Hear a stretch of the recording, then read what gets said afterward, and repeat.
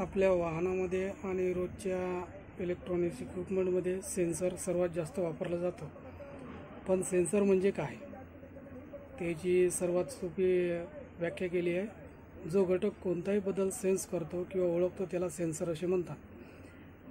थोडक्यात पाहायचं म्हणजे जसं आपला हात आहे, डोळे आहे किंवा नाक आहे, हाताने आपण कोणतेही गरम वस्तूला जर स्पर्श केला तर आपण सांगू शकतो की ही वस्तू गरम आहे, म्हणजे हात आपला सेन्सर आहे। पण आपला हात ती वस्तू किती गरम आहे म्हणजे किती डिग्री सेल्सिअस आहे हे सांगू शकत नाही। तो फक्त भौतिक स्थितीचं वर्णन करू शकतो की ही वस्तू गरम आहे।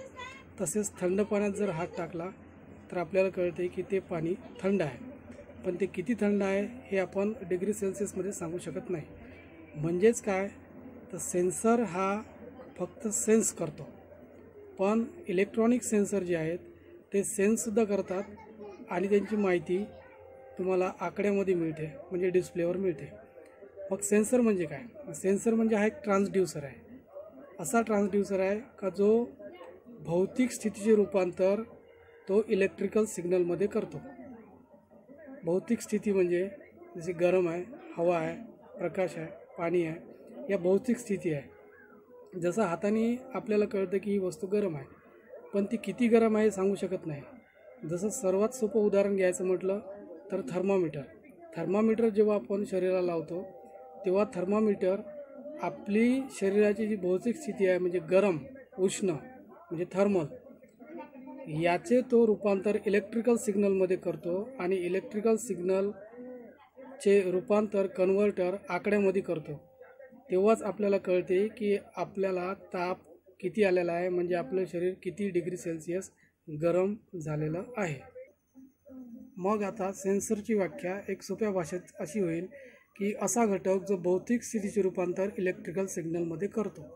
उदाहरणार्थ थर्मामीटर म्हणजे त्याच्यामध्ये थर्मल सेन्स ओळखण्याची क्षमता असते।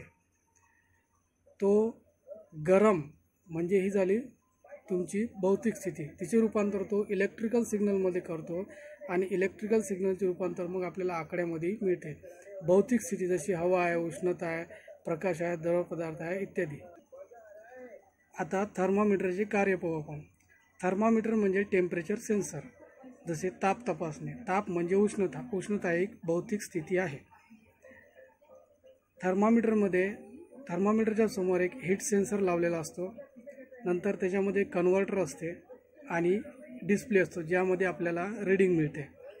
मग कन्व्हर्टर जो आहे तो इलेक्ट्रिकल सिग्नलमध्ये जे आलेले आहेत, जी काही व्हॅल्यू आलेली आहे, जो काही करंट आलेला आहे त्याला कन्व्हर्टर आकड्यांमध्ये कन्व्हर्ट करतो आणि मग आपल्याला ती हीट किती डिग्री सेल्सिअस आहे ही कळते। जसे उदाहरणार्थ 32 डिग्री सेल्सिअस आहे, 36 डिग्री सेल्सिअस आहे किंवा 40 डिग्री सेल्सिअस आहे।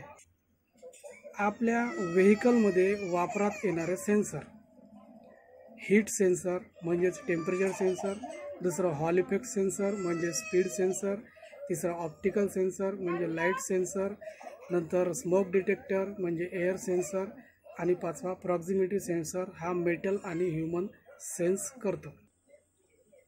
मग सर्वात पहिले पाहणार आहोत आपण हीट सेन्सर।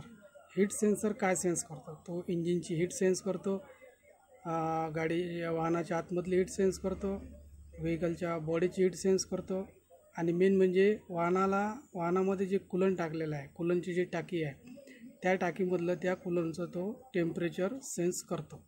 तर हीट सेन्सर अशा प्रकारे तुम्हाला दिसणार। त्यामध्ये वरची जी लाल रंगाने केलेली बाजू आहे तिथे वापरला तो हीट सेन्सरमध्ये थर्मिस्टर म्हणजे मेन सेन्स करणारा हीट सेन्सरमधली एक घटक आहे। नंतर त्याच्याखाली थ्रेड आहे की थ्रेड फिरवून तो सेन्सर त्या पार्टमध्ये बसवला जातो। निळी जी बाजू आहे तिथे स्पॅनर लावून तो टाईट केला जातो किंवा खोलण्यासाठीचा उपयोग करतो आणि खालच्या बाजूला पूर्ण वायरिंग किंवा इलेक्ट्रिकल सप्लाय दिलेला असतो। मग थर्मिस्टर म्हणजे काय? थर्मिस्टर म्हणजे पहिल्याची त्यामध्ये अर्थ येतो थर्मल आणि रेजिस्टर, म्हणजे हीटच्या संपर्कात जर थर्मिस्टर आला तर त्यातील रेजिस्टन्स कमी होते आणि इलेक्ट्रिकल सिग्नल व्हायला सुरुवात होते। आणि हा थर्मिस्टर NTC टाईपचा आहे, म्हणजेच निगेटिव्ह टेम्परेचर कोएफिशियंट। म्हणजे याचं तत्त्व आहे की तापमानात वाढ झाल्यास इलेक्ट्रिकल रेझिस्टन्स कमी होतो आणि या सेन्सरमधून करंट वाहायला सुरुवात होते. या सेन्सरचे स्थान व चेकिंग. हा सेन्सर कूलंट टँकमध्ये असतो, इंजिनजवळ असतो. इंजिनजवळ म्हणजे सिलेंडर हेड किंवा ब्लॉकवर असतो आणि डॅशबोर्डजवळ. आता कूलंट टँकमध्ये कशासाठी, तर कूलंट टँकमध्ये कूलंटचं टेम्परेचर जास्त झालं म्हणजे कूलंट विशेषतः आपण इंजिनला थंड करण्यासाठी वापरतो, पण कूलंटचं टेम्परेचर जास्त झालं तर तो इंजिन थंड करणार नाही आणि इंजिन जर थंड झालं नाही तर आपली गाडी पेट घेऊ शकते किंवा इंजिन ब्लास्ट होऊ शकते. नंतर दुसरं इंजिनजवळ म्हणजे सिलेंडर हेड किंवा ब्लॉक.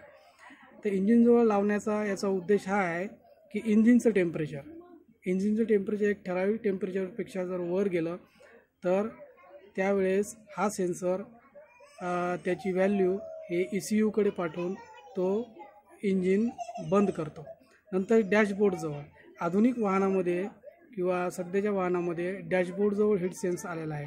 कारण पॅसेंजरच्या जवळची जी पूर्ण आतमधील बाजू आहे तिथे जर हीट वाढली तर तो तेवढी हीट सेन्स करून तो सिग्नल ECUला पाठवतो आणि ECU लगेच AC ऑन करतो. आता याची रचना पाहिली आहे, त्याचा जो हाईटचा भाग आहे या भागामध्ये असे 3 पॉईंट असतात, पण शक्यतो या सेन्सरमध्ये 2च पॉईंट असतात, पण ॲडव्हान्समध्ये 3 सुद्धा पॉईंट दिलेले आहे. तर पहिल्या पॉईंटला निगेटिव्ह वायर लावलेला असतो, तिसऱ्या पॉईंटला पॉझिटिव्ह वायर लावला, तिथं पॉझिटिव्ह सप्लाय दिला जातो. कारण हा सेन्सर जो आहे हा थर्मिस्टर आहे, तर म्हणजे हा रेजिस्टर आहे, म्हणून याला इथून करंट दिला जातो. हा करंट इथून असा प्रवाहित होतो आणि जेव्हा तो हा थर्मिस्टर सेन्स केला म्हणजे हीटच्या संपर्कात आला तर याच्यातील रेजिस्टन्स कमी होतो आणि याच्यातून करंट व्हायला सुरुवात होते. आणि याची चेकिंग मुख्यत्वे मल्टीमीटरद्वारेच केली जाते. याच्या चेकिंगसाठी हा सेन्सर वाहनाच्या बाहेर काढावा लागतो. सेन्सरच्या मागील बाजूस निगेटिव्ह व पॉझिटिव्ह पॉईंटला अनुक्रमे ब्लॅक प्रोब व रेड प्रोब लावावा. आपल्या मल्टीमीटरमध्ये एक कॉमन असतो, तिथे आपण ब्लॅक प्रोब लावतो आणि दुसरा रेड प्रोब लावतो, तिथं आपण व्होल्टेज, ओहम आणि ॲमीटर इत्यादीची रिडिंगसाठी आपण इथे रेड प्रोब लावतो. तर ब्लॅक प्रोब मी लावलेला आहे पहा निगेटिव्हला आणि रेड प्रोब मी लावलेला आहे पॉझिटिव्हला. असं लावल्यानंतर मल्टीमीटरच्या रेंजची सेटिंग ही ओहमवर करायची आहे. कारण आपल्याला हा थर्मिस्टर आहे म्हणजे हा एक रेजिस्टर आहे, म्हणून याची रिडिंग घेण्यासाठी आपल्याला ओहमच्या सर्वात कमी रेंजवर याला सेट करायचं आहे. नंतर 2 वाट्या घ्यायच्या, एकामध्ये थंड पाणी घ्यायचं आहे, एकामध्ये गरम पाणी घ्यायचं. थंड पाणी म्हणजे बर्फाचं केलेलं पाणी म्हणजे 0 डिग्री सेल्सिअसचं आहे. थंड पाण्यामध्ये जर सेन्सरचे टोक बुडवावे, नंतर रिडिंग चेक करावी. त्याचप्रमाणे नंतर गरम पाण्यात या सेन्सरचे टोक बुडवावे आणि मग रिडिंग चेक करावी. जसं थंड पाण्यात आणि गरम पाण्यात टाकल्यानंतर याची रिडिंग अनुक्रमे अशी येणार. थंड पाण्यामध्ये याची ओहमची रिडिंग येणार 0.77 ओहम ते 1 ओहम आणि गरम पाण्यामध्ये याची रिडिंग येणार 0.55 ओहम ते 0.220 ओहम.